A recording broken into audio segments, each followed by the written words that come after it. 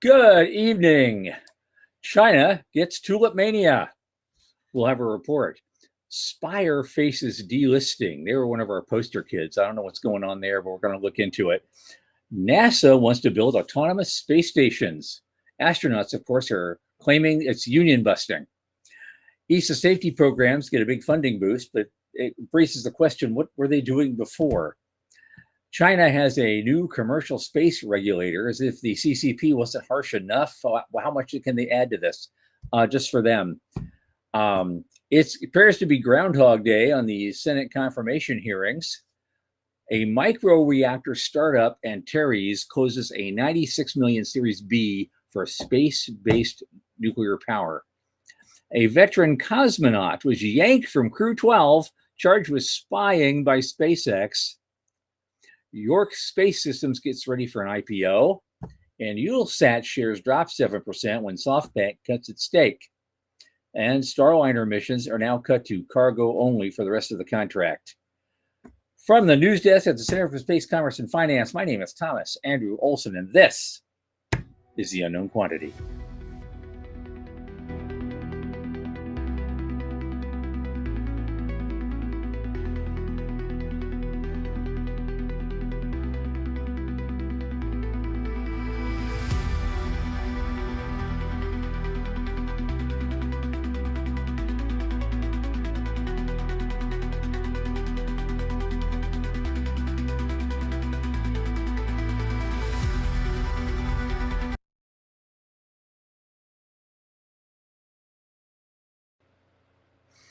And as you know, our program is sponsored by the Center for Space Commerce and Finance. And what is that? And what do we do? You know now, you can almost say the litany yourself. We champion and strengthen emerging space startups and space-adjacent enterprises worldwide through advisory, access, and advocacy. Our pitch events and world-class boot camps fortify startups to be better investor-ready. Now, a lot of our work, especially this podcast, is supported by listeners and fans like you. So if you just go to cscf.space/support and click that plain as day donate button, a little in the tip jar each month makes a big difference. Now, coming on with me is my oldest space friend, Michael Lane, who just finished interviewing Zarathustra. That must have been a hell of a conversation. Michael, come on in.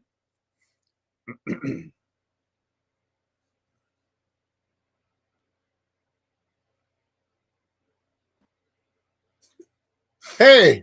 Hey, I thought Zarathustra had other plans for you for a second. It's like nothing is happening here. Yeah, hey, how's things?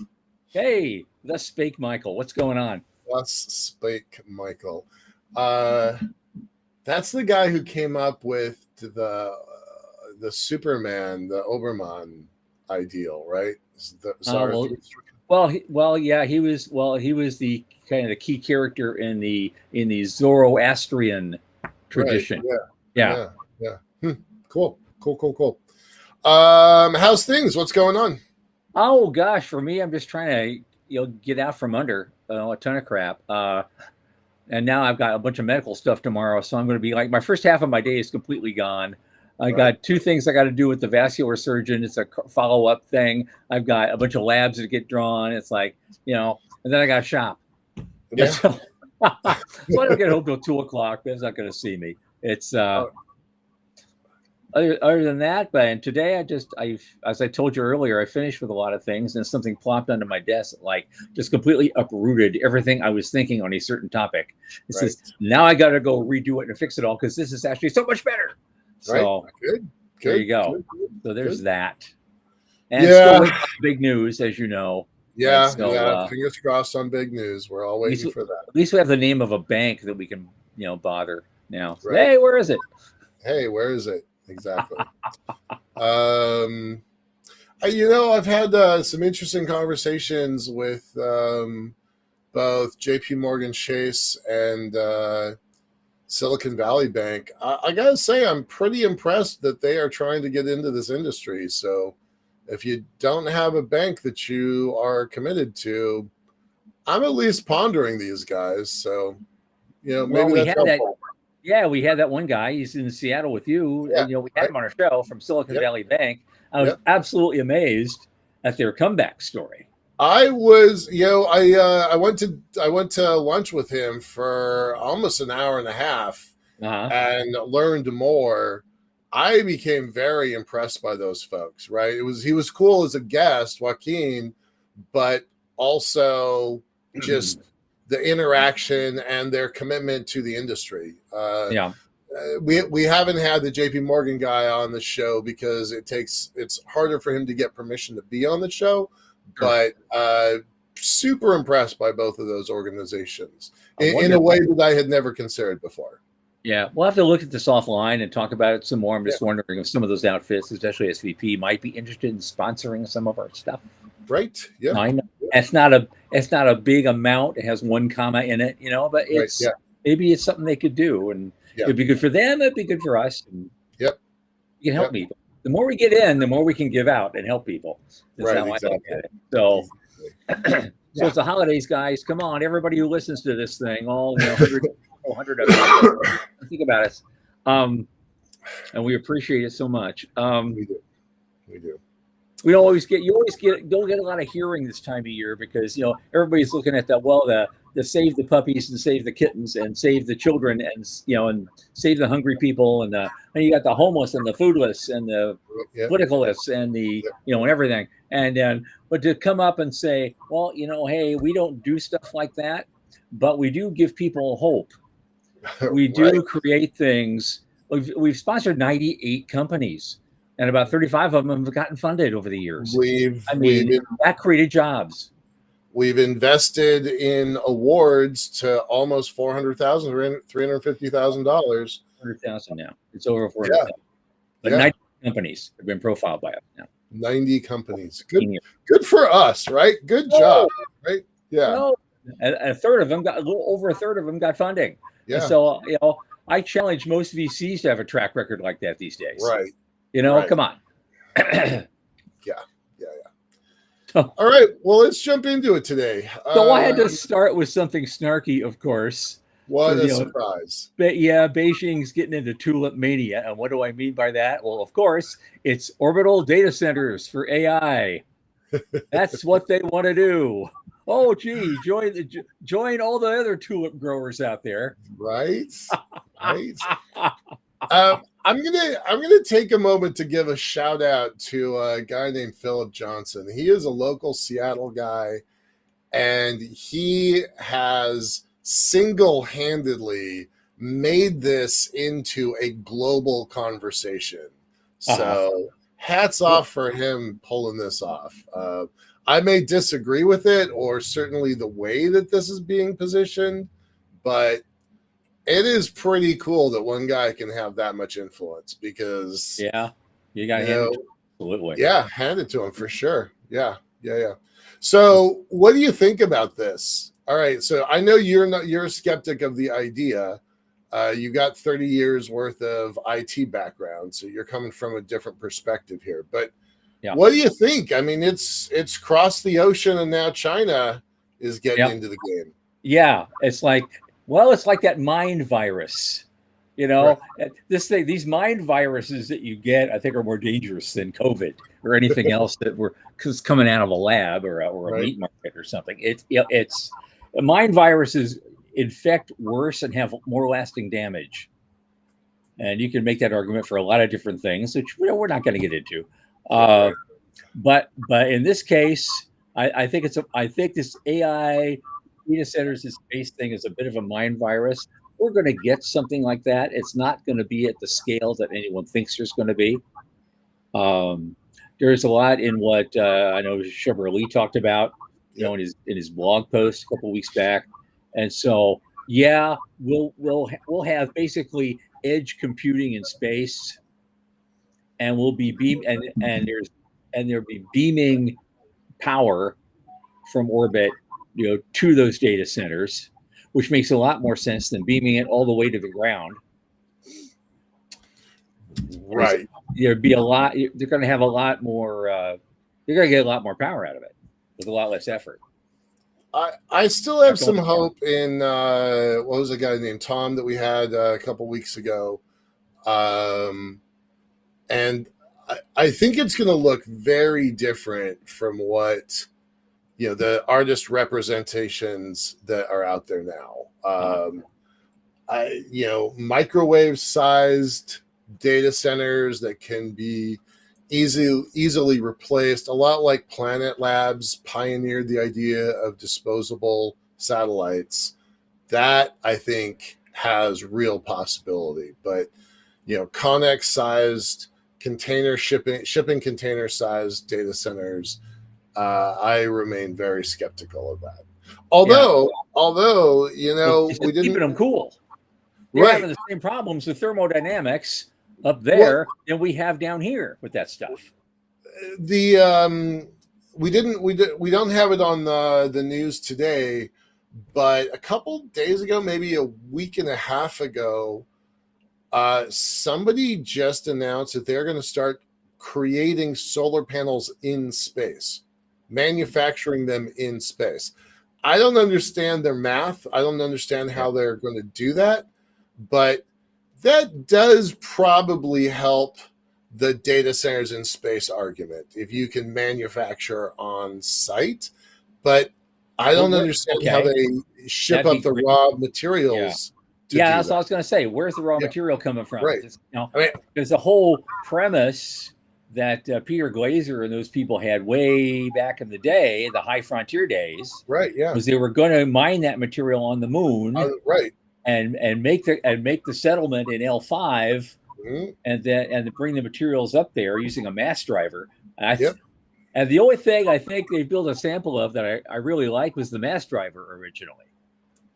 And someone I know, some guy is my uncle actually years ago. He took the idea of a mass driver, turned it into a circle, and made an electric motor that would go forever. Right on. I do think that there's something to those original O'Neill days that still makes some sense even now. Even was it almost more than 50 years later? Would that come out? I think maybe 1973, something like that. 75, 74 or 5. That book came out. Okay, so 50 years. Out. Yeah, I was just finishing up. I was just getting my first degree. Good for you. So that was long ago. I still have some of my old books. Some of those books are still very good. Just because something's old doesn't mean you throw it away.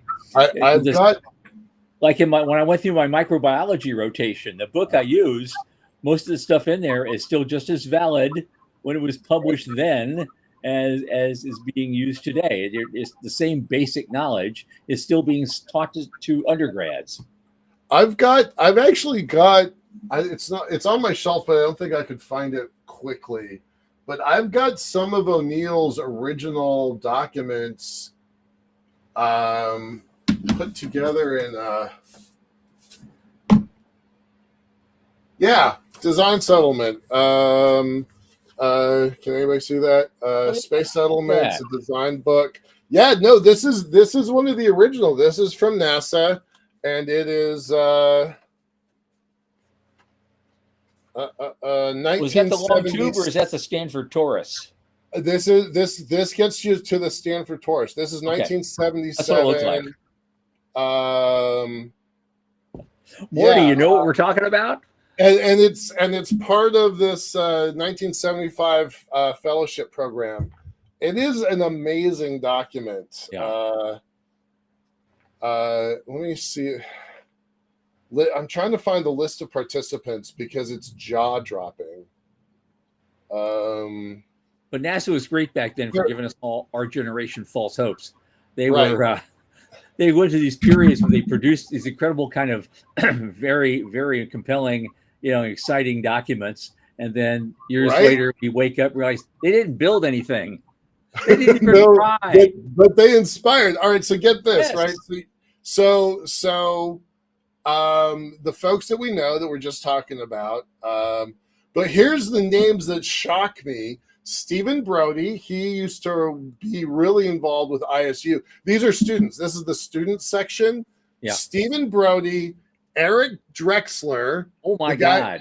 Right? Mark Hopkins from the National Space Society. Okay. Right? That's a place. Yeah, no, technical director Gerard K. O'Neill, right here. Uh-huh.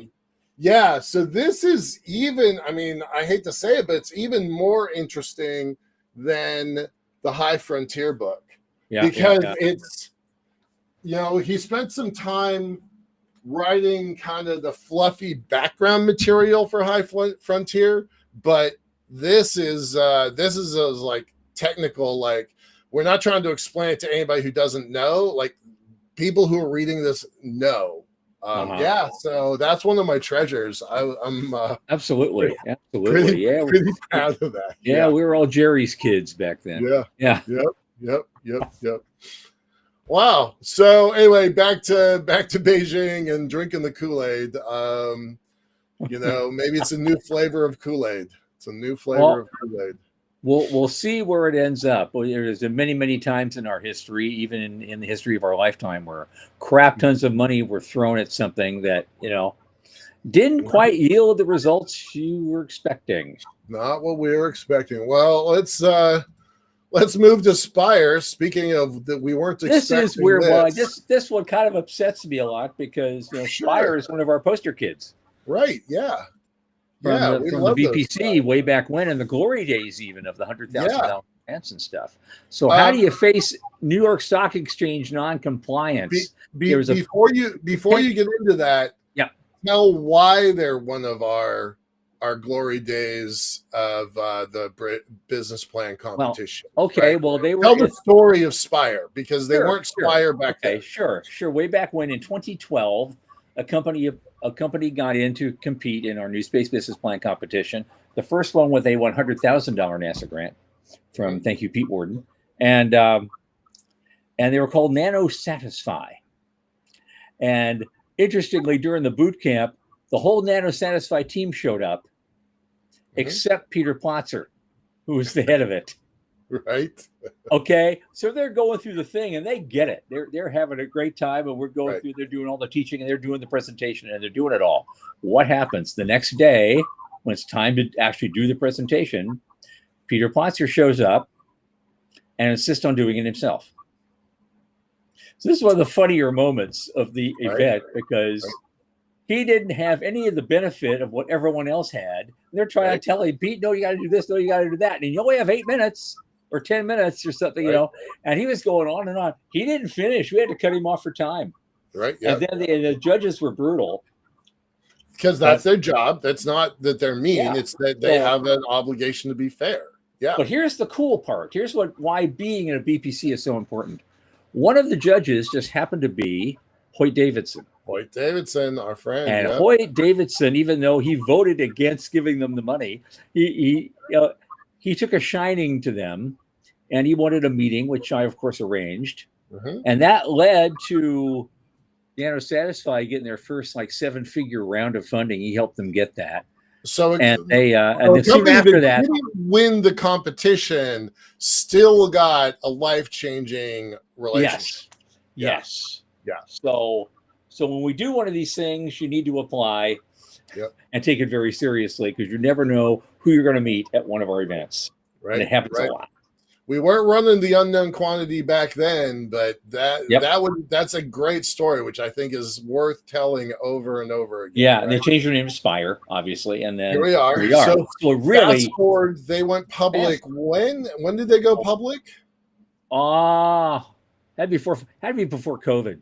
Yeah, 2019. Let's just say 2019. It might be just around to be in the safe side. Yeah. But they didn't file their 10Q. Jesus. See, this is what I mean. You know better. I know better. Right? You file that shit. And you have to take. You have to do the phone call. They got pretty close to being delisted about 2 years ago, because their stock price had fallen too far. Yeah. And they didn't file then either. So this is like the second time they're getting in trouble for non-compliance. Yeah, absolutely. Yeah. I want to see at the end of this.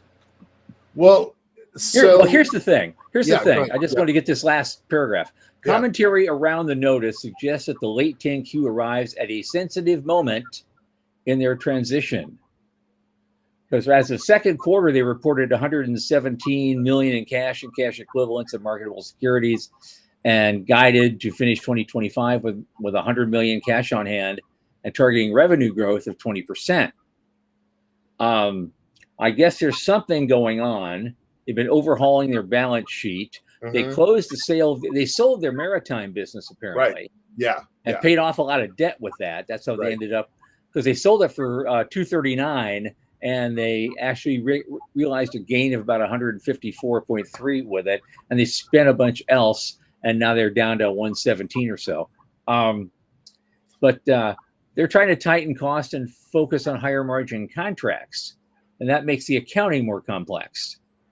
And so this is banging into the timing of the quarterly filing. Now they have procedural pressure, right? And so they're in a pinch.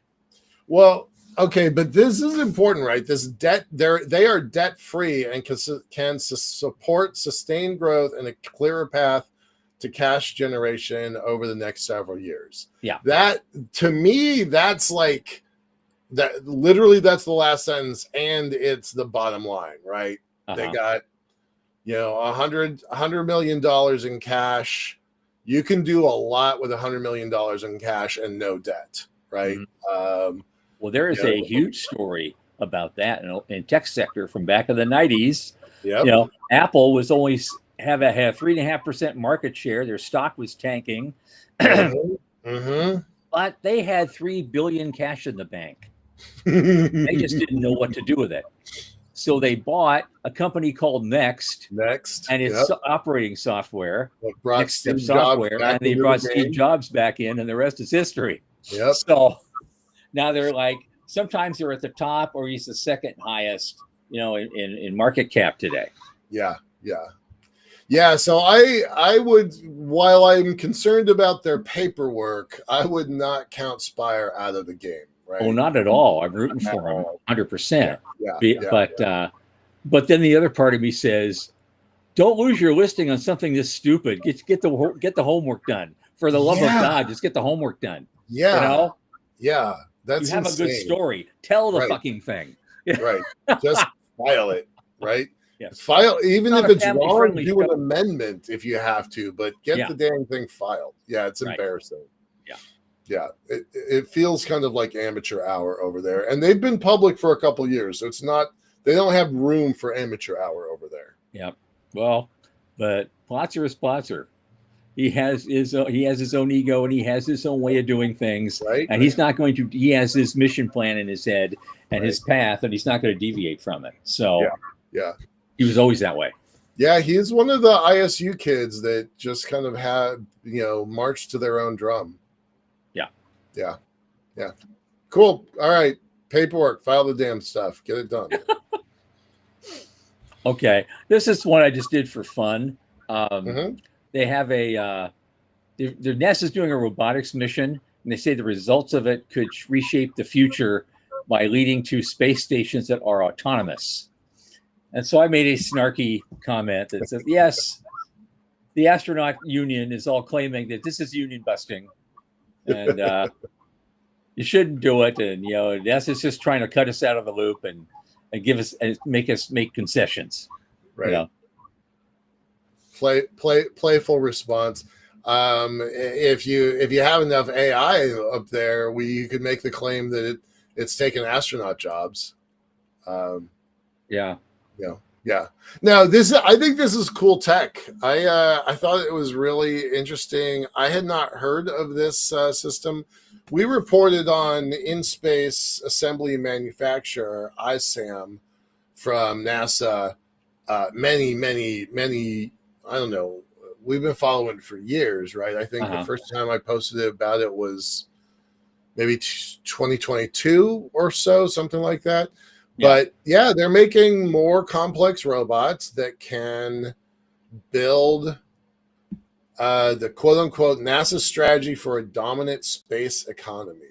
The successful demonstration of in-space robotics is expected to lead to commercial opportunities where private companies can develop their own technologies based on NASA's research and findings. Okay. That sounds pretty optimistic, but fingers crossed. Right. They don't really describe much what that dominance consists of. Right. No. A dominant space economy. How is that defined? What does it mean? Right. Yeah. No, I don't think anybody knows the answer to that yet. Now, if we have an edge in robotics on the ground as a result of this, that might be something you could point to. I don't know. Yeah. Yeah. Out in space, I don't know. But then, on the flip side of that, and being flip about it, obviously, NASA's always had far more astronauts on the roster than they've had flights for them. So, Yeah. going back to the 80s. I wonder if that's going to continue to be true, though. Yeah. With 6 space station companies in development, I suspect we do not have enough astronauts. I really suspect that. They're going to pull people out of retirement. They're going to be pulling people out of teaching gigs. I do. I think there's going to be a point very soon. Oh yeah, maybe not 2027. I'm gonna just put a marker in and say 2027. We're going to have a shortage of astronauts. Right. So I can see that they're having this big meeting in 2027. In comes Story Musgrave with a walker, going. I'm like hired. Right? Yeah, come on. I'm like that. That's all. That's all the qualifications I need. There's a wheelchair here. Come on. It's 0G. You don't need a walker. That's right. It's 0G. I don't need anything. Right? I am so on that. Who's that guy that fixed the Hubble? Campbell, Scott Campbell. Is that the right name? No, I've got it a little bit wrong. No, anyway. There is. God, he's on the tip of my tongue. I can't. Yeah. I see him in my head, and the name is not coming out. That's just a senior moment, but it's yeah. No, but I mean, there's some super qualified folks that are just sitting in academia waiting for the phone to ring, and I seriously, I think 2027 is going to be the year where we realize we don't have enough trained astronauts. Well, we're going to have to look that up then. How many? Maybe someone. Hey, maybe Morty can look that up for us while he's listening. How many active astronauts are on NASA's roster right now? Right, and then multiply that by you take the number of commercial space stations that'll be orbital in the next 5 years. I think that's going to prove the case. But that raises the question: do you think all those new commercial stations coming online really require a NASA astronaut to be on them? I think they are going to. I think their investors are going to require that they have qualified personnel, and that's the fastest way to get there. Yeah. I think, I've said before, NASA astronauts. There'll be NASA trained astronauts that no longer work for NASA. Exactly. Okay. All right. Thanks, put Morty. a fine point on it. 47 active astronauts. Yep. Thank you, Morty. Yep. So how many flights are in the pipeline right now? 3? Yeah. And one is 2 years away or 3 years away. So we got 4 going. Well, and we gave one of those seats to the Germans just this week. Yeah. Right. So even that we don't even have the full capacity. So that's 3. Now we got 44 left to fly. So who's getting Artemis 4? In the middle of 27 probably, or late 27. Tom, Sean is saying we need to get into the astronaut life insurance business. Well, okay. So there's 47. There's 44 that can probably fly, that are waiting for a mission. But there's 6 commercial companies going up, commercial space stations going up. That's not enough, even if they're doing partial rotations. Well, this has happened before. Deke Slayton waited 17 years. Right. Jesus. From his selection to actually a flight. And so. Yeah. So I don't know. I think I'm not quite as grim as Sean is about we need to get into life insurance business, but it does bring up the point, right? If you can't insure it, you can't build it, and if you and you need to have qualified people making those flights, otherwise the insurance numbers are going to be too high. Mhm. You can sign all the waivers you want, but yeah. So anyway, I think that's going to be really pretty interesting. And I think the in space assembly and manufacturing is really cool, and that is going to add to the requirements. We're only going to be able to and we still have roboticize so much stuff. Yeah, we're still not shutting down ISS until 2030. We still got another 5 years basically, Right. to fly crews up there every 6 months, 2 or 3 at a time. Yep. And so, they're going through the rotation. But once that rotation ends and Artemis starts winding down, I mean, I don't know where you go. So you're going to have to hire more astronauts and train them. But I think we're going to start seeing more joining us from the European front and from the UK. Yeah. And that'll add to the numbers. I think we hit 57 countries have signed on to the Artemis Accords. I bet you there's a bunch of partners there waiting to fly as well. There may be probably the 10 richest ones. Sure. The rest of them, we'll see. We'll have a I don't know who's the last Joe. Who's the last one to sign on? Joe Pastruno. Hey, buddy, thanks for being here. Running out of astronauts was not on my radar. Well, I've been predicting this for a while, man. I have. I've been saying this for a while. Well, only on a show like this are you going to get that. Right. Thanks for coming. Yeah, thanks for coming. Exactly. Yeah. No, okay. I mean, just play that out for a second. Sure.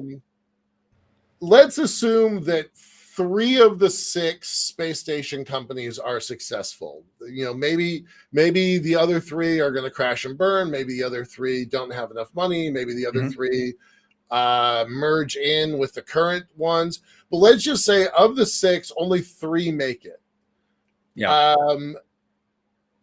By volume, all 3 of those are bigger than the ISS, which means they can have at least 7 people. Some of them are planning for 12 and 15 people rotating through. If just 3 have 12, that's 36, right?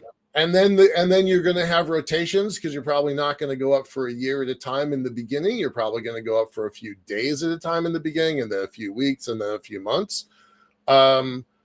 I could see needing 100 astronauts, triple that, 100 astronauts by 2028. Yep. I don't think that's a unrealistic number. If they're getting the same training, you could have basically, they're not NASA trained. They're not NASA astronauts. They might be NASA trained partially, and these guys might pay for this. But what happens is you're going to have corporate astronauts. Yep. Basically, but they're getting the same kind of training, and so they're just not getting the wings, to get, for a NASA astronaut. But they might as well, because they're getting the same training and they're getting the same opportunity. And so VAST may have its own little cadre of private commercial astronauts to work on their space stations. And maybe they'll be the engineers who keep them fixed. They're sending Scotties up there. There are several private astronauts that currently work for Blue Origin. Yep. Many work for SpaceX. Joe, you're making some comments about foreign astronauts wanting to fly. I don't know if you're aware of this, Joe, but there's at least 3 companies that are trying to commercialize the development and training of astronauts. There's a really big site in Colorado, and there's 2 small groups near Washington, D.C. that are trying to do a combination of medical and ethics and communications and fitness that are all trying to make astronaut training into a business. There's a big site out in Colorado that's in development. So I'm not the only one thinking this. I do like his rule of thumb. I mean, 3 times the number who are in space at any one time. Yep. Just to be on the safe side. Yeah. Of course, our buddy Kwang Hung K is with us. He showed up tonight. Hi, man. I haven't seen you in a while. Says, I'm a candidate. I believe you. Yep. He'd be a great candidate. Yep. All right. The gaps are really easy. Oh, yeah. Right. All right. Let's move on to ESA for a minute. Okay. It's actually important. I was a bit snarky about it, but it's actually important. They just got 22 billion over 3 years to do more space stuff. Well, their safety program just got another almost $1 billion, about 900 and some odd million euros to build new things and protect everybody. That's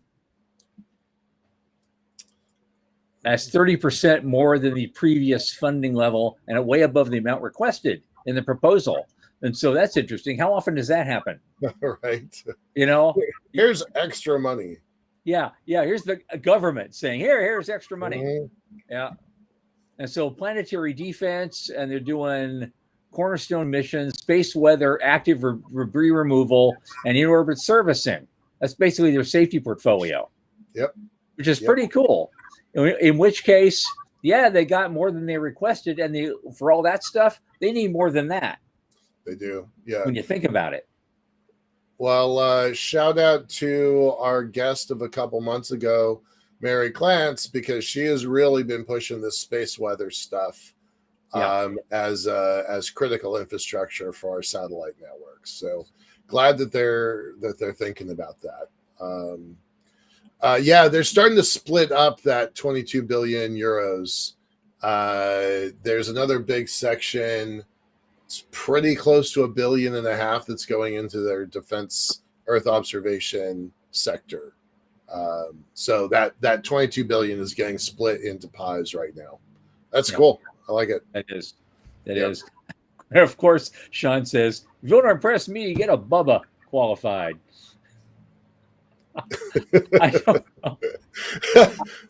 That would be. I can think of a couple of guys who should apply for that. If you're rooting for Bubbas, then I know a few. They could probably make the cut. That was the theme behind. What was that? Was it Deep Impact that they hired a bunch of oil rig worker guys? That's the. That's the key, right? Once we start hiring oil rig workers, then we know we've turned the corner. It was not Deep Impact, but it was another very popular, groundbreaking movie. Right.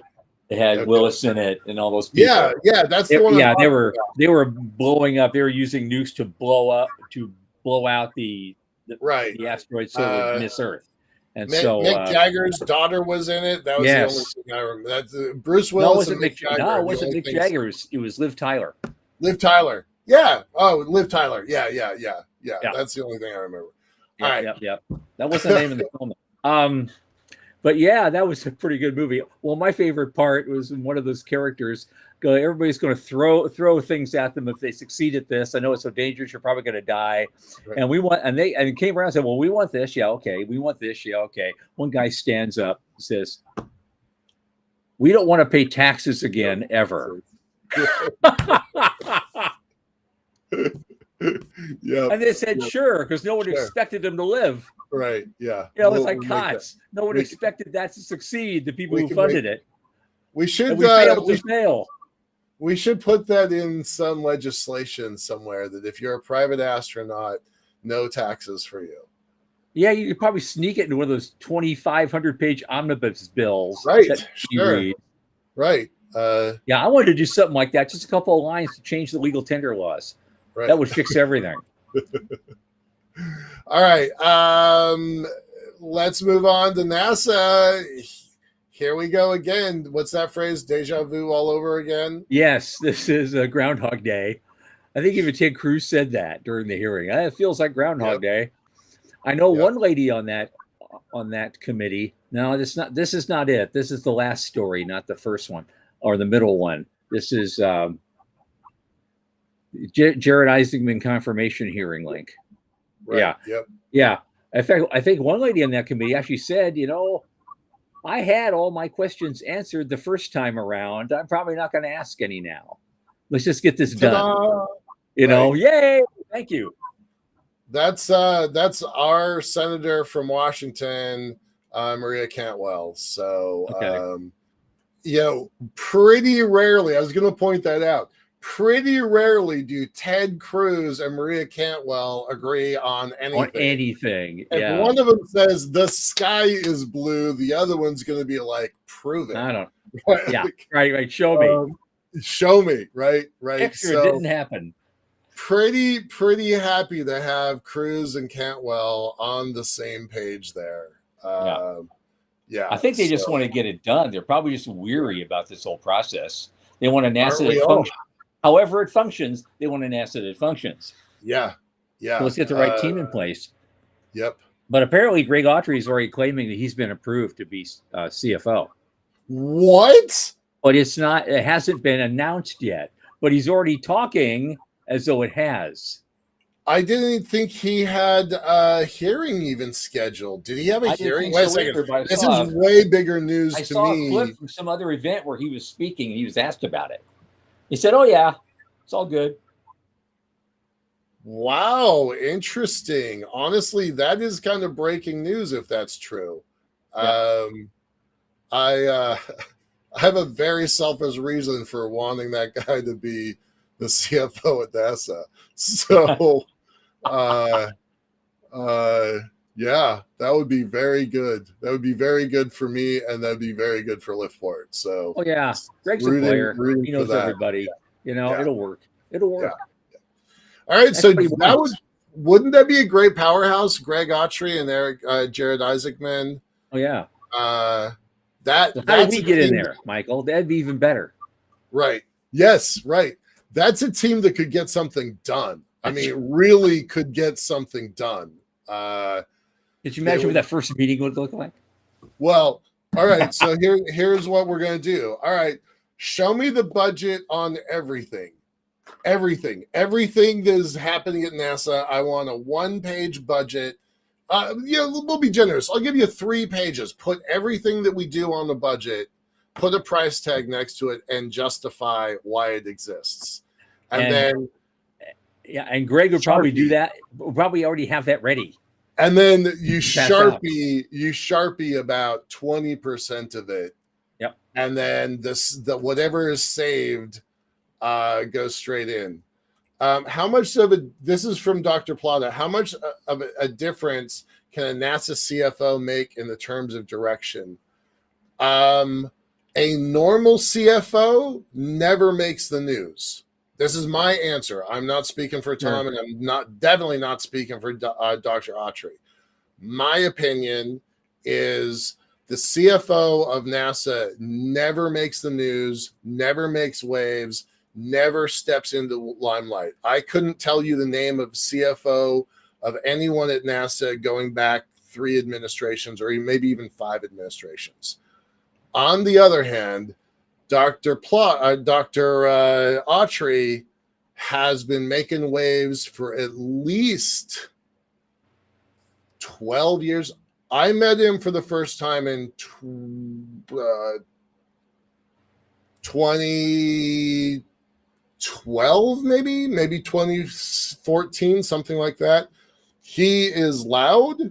He gets people's attention. He's got friends in very high places. And Joe got to me the answer before I did. A CFO can ask the right questions. I think that that's really, really true. And because this one in particular is a commercial focused guy, that he could single-handedly swing the pendulum in the right direction.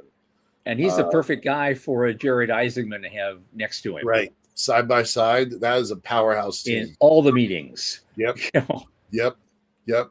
He's like, it's going to cost this much, and we're going to get this much out of it. Let's do it. Or we could do this over here. It would Right. cost a little less, and we get a whole lot more. Right. Yeah. He is. I think I know what topic we're talking about. Yeah. I don't fully, same as with Tom. I don't fully support the politics, but 100% support the guy to get the job done. Yeah. Does that make sense? Yeah.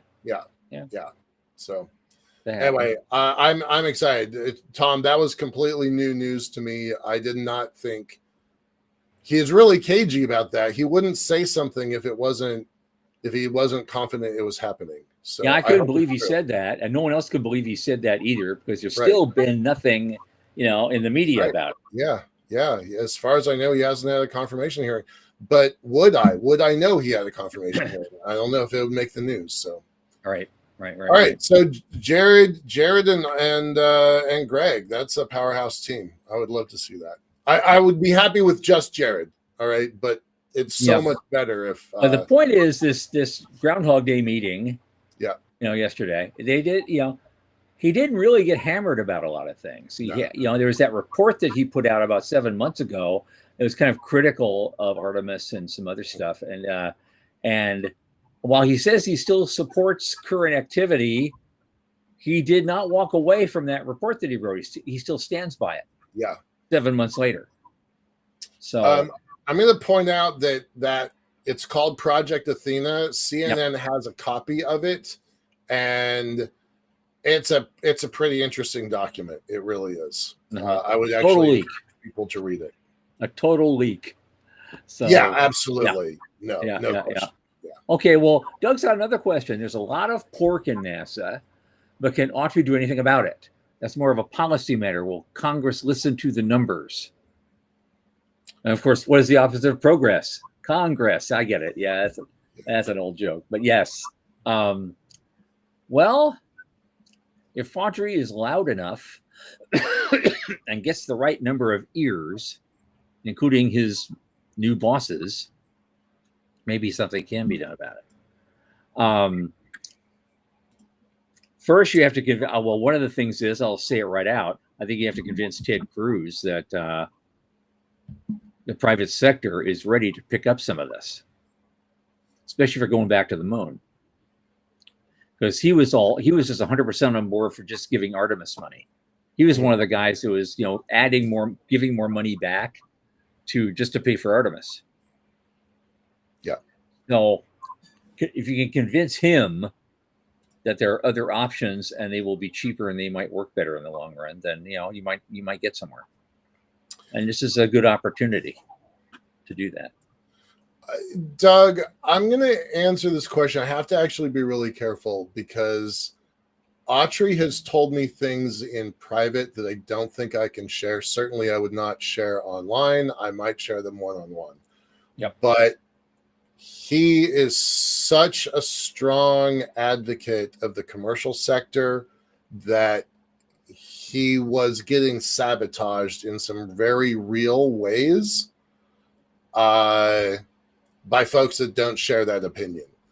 And so he's definitely in our camp. He's on kind of our side of the equation.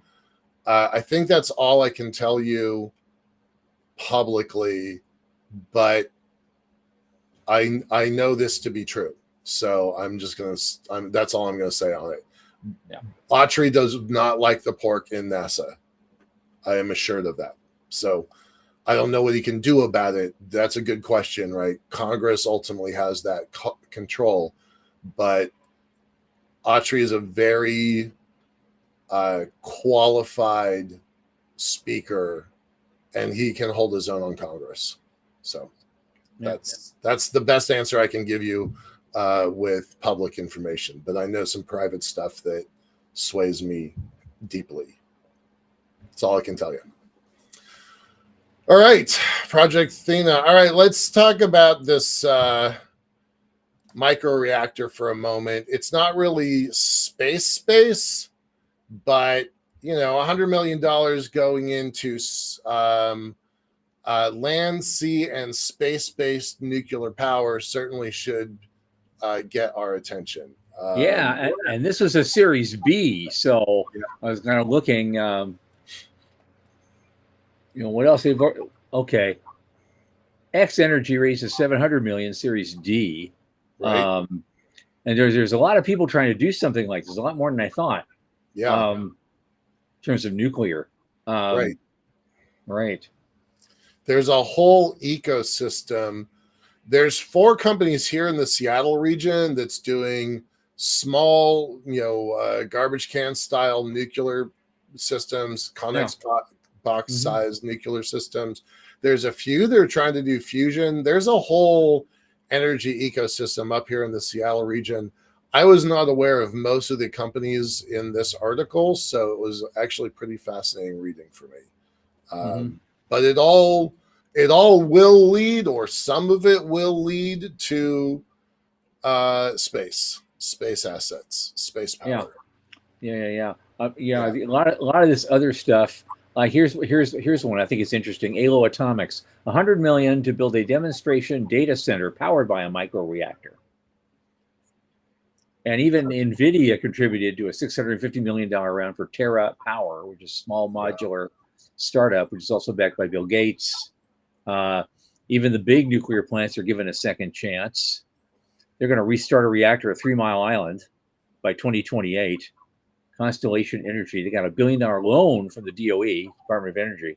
So there's all sorts of stuff going on in that era right now. I'm not seeing the word thorium anywhere, but Nope. I'm kind of waiting for that one. Yep.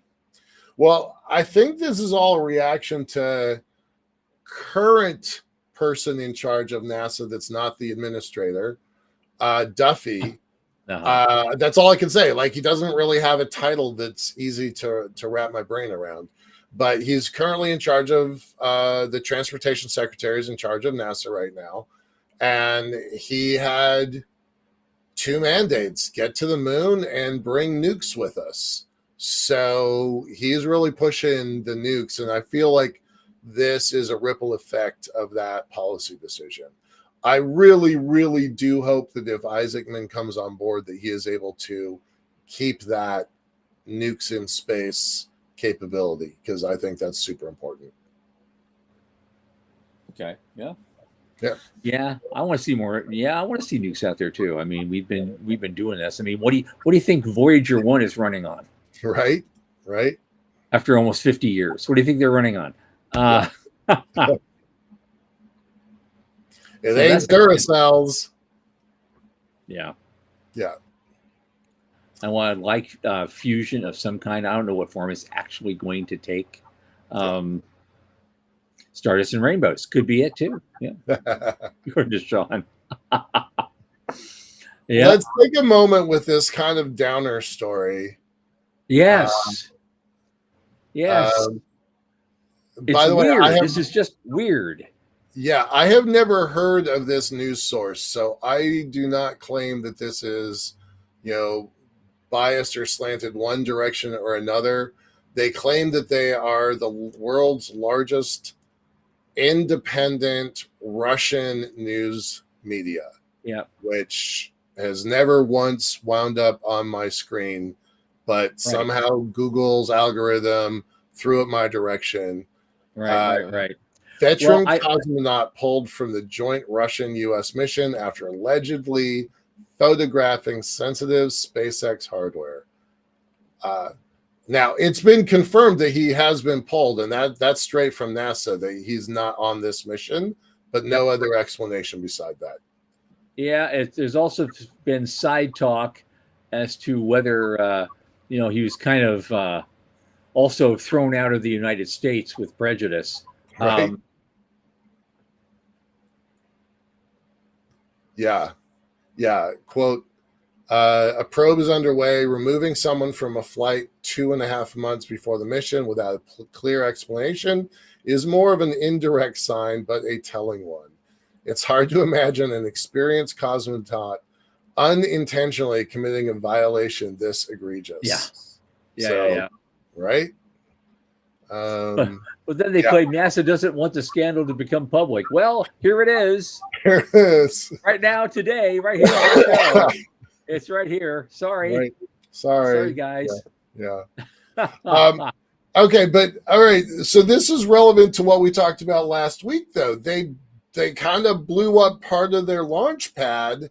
So now that they are dependent on us, I wonder if that gives us a little bit more weight to throw around of who we're letting on these flights.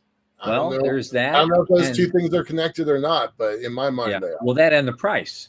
Because Right? remember when we were between spacecraft, Mhm. the going rate for a seat on a Soyuz for Anusha Ansari was 20-25 million. Right. And as soon as NASA came in and said, well, we need to fly our guys there now too, it went up to 80. Right. It went from 25 to 50 basically overnight.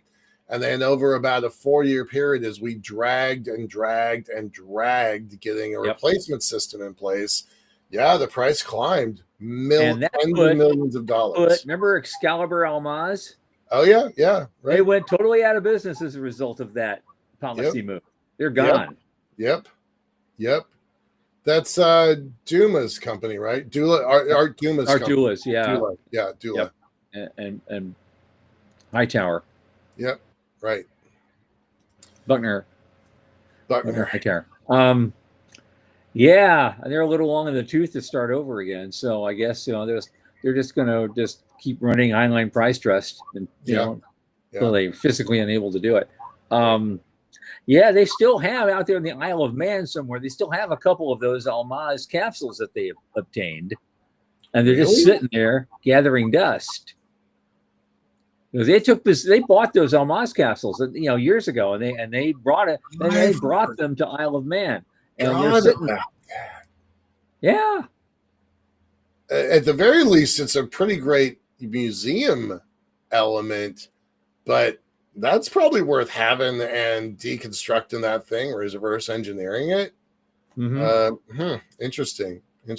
Oh, I didn't see Dr. Plata's nukes in space comment. Well, you got to be a certain age to get that reference, but all of us that appreciated the Muppets from the middle 70s, end of the 70s, appreciate that. So thanks, buddy. All right, we got 3 minutes left. You want to do another story? Well, we've got one. I'd like to do this one at least. Yeah. And we can mention Starliner. It won't take us a minute. Sure. York Space Systems has which I never heard of for some reason, or having an IPO, and they're actually based in Denver. I don't know why I haven't really heard of these guys, but all of a sudden they're doing an IPO right now. It's interesting because I just saw somebody talk about Jeff Brown or something from one of those finance companies. He was saying that IPOs were a little bit thin on the ground this year in the whole market. Yeah, and they were wondering about people are a little risk averse now, but in our industry, they're flying upwards. Really, we've had a bunch of IPOs in the last couple of years that have got when there didn't used to be any. IPOs died back in the teens. Right, yeah, sure. And then now in our industry, at least, they're back on the upswing, as opposed to the rest of the market. What I really liked about this is that York's backlog reached 642 million as of September 25, and then skipping a couple of paragraphs, the IPO is a logical outcome of the company's trajectory with evaluation estimates exceeding $2 billion. Dude, that's only a 3 1/3 multiple. Yeah, that actually feels really low. It does. I too I've heard of this company in passing. I had no idea that it had satellites in the sky. I didn't know it had contracts with Space Development Agency. I certainly didn't know they had $600 million in revenue in backlog, not revenue, backlog. Mm-hmm. Really important distinction. I had no idea that they were as big as they were, and then ta-da, this shows up on the radar. But under normal circumstances, three and a third multiple seems very low to me. What are your thoughts there? Yeah, well, no, I believe you. I believe the same thing. It's a little too low, and that raises some concern. And so we'll see if this IPO actually happens as a result of that. Because if we're noticing this stuff, the early birds who want to get into the IPO have got to know this too. Who was it that was it Rocket Lab that went public a couple months? No, it wasn't Rocket Lab. Somebody went public a couple months ago, and we announced that they had something like a $3 billion valuation, and then the very next show it was up to 5 billion or something crazy like that. Mm-hmm.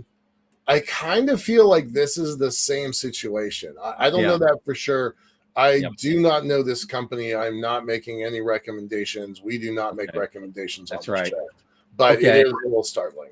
Yep. Yeah. Okay. Just one last thing, but we got to go. But Yep. I'm not going to get Starliner in there. But Joe Pastrito says that the Voyager lockup expires Monday. Watch that trading. That's All going to right. be probably insane. It was, yeah, that's going to be super cool. Yeah. I forgot you were, well, I'm outing you because you've outed yourself before, Joe, but he was an early investor into the Nanorax days, I think, right? Something like that. So Yeah. I'm excited about that, man. I wasn't paying attention to that. I didn't realize that. That's going to be Yeah. interesting Monday. All Yep. right. Yep. It'd be good to watch. And yes, Joe, that's three and a third on their sales backlog. Yeah. Not revenues. Yeah. Not revenues. Well, Okay. having said all that, Monday, our guest will be Michelle Hanlon, a space and drone lawyer. I think we've had her here before, and she's a lot of fun. And we're gonna have some more fun. That's gonna be a great show. And that's Monday, as always, 8 p.m. Eastern. So from the news desk at the Center for Space Commerce and Finance, for Michael Lane and Sean Key, I remain Thomas Andrew Olson. Keep watching the skies.